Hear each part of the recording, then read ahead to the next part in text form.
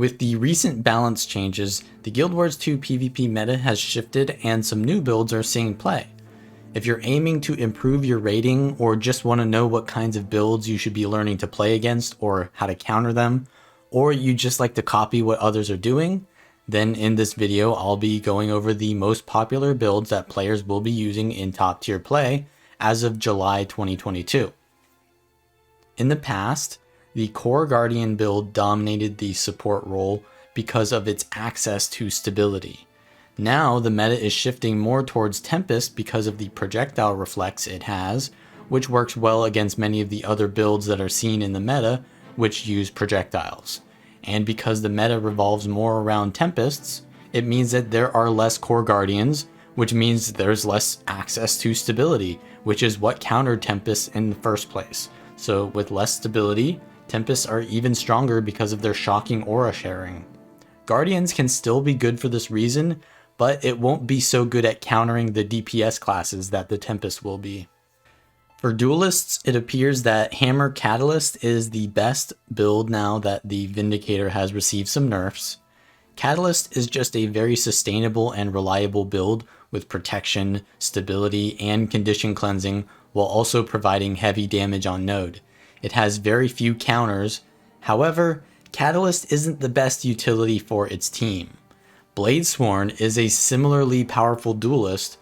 It has a few more weaknesses like being susceptible to CC and being focused when outnumbered. However, when a Bladesworn gets into situations outside those 1v1s, it actually becomes way more powerful than a Catalyst. The shouts can heal its allies, give might and fury and cleansing to allies, and deals out tons of unblockable mobile damage, which can destroy in teamfights. So it's a mix of a DPS duelist role. Another good duelist is the Condition Spectre.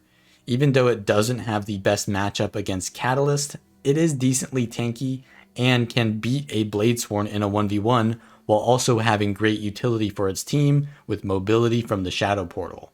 Also, it can remove boons and immobilize enemies, making it extremely easy for teammates to focus targets with them. However, the Condition Spectre does not get things done that quickly and has a more tactical application than pure output, so it'll have less impact in solo queue than it will in automated tournaments.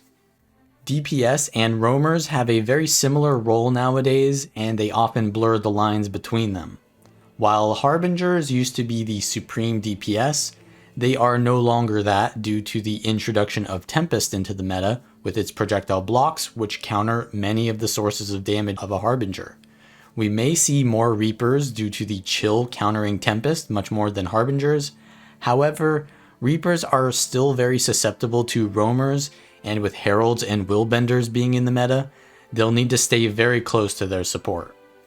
Heralds recently were buffed to give quickness to their team, and this makes them even more powerful than they already were. Also, since their damage cannot be countered by projectile reflex, and they have lifesteal, they're great at getting kills even when facing a Tempest. Willbenders are not as strong as they used to be, but that is still very powerful. Because Willbenders give stability to their allies, it helps teams to avoid CC in large engagements, where Tempests will be sharing out shocking aura.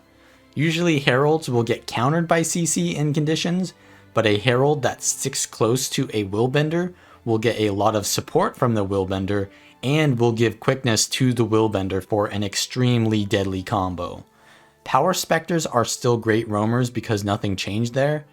Thief will always be a great roamer, and the Power Spectre is just the best version of this at the moment. Deadeyes and Untamed are seeing more play though. While these are sort of niche and easier to counterplay because of their low sustain and reliance on projectiles, they are the most aggressive roamers right now and will get things done fast. However, because they are easier to counterplay, they aren't really amazing in automated tournaments, more so in solo queue.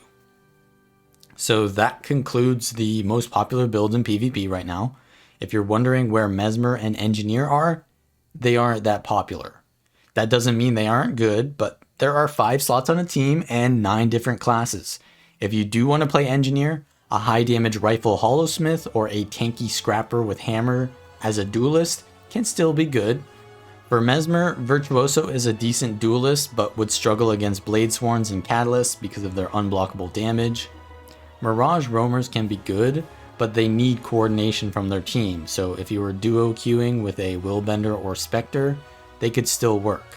If you want to see any of the builds mentioned here, you can check out the PvP builds list at guildgen.com.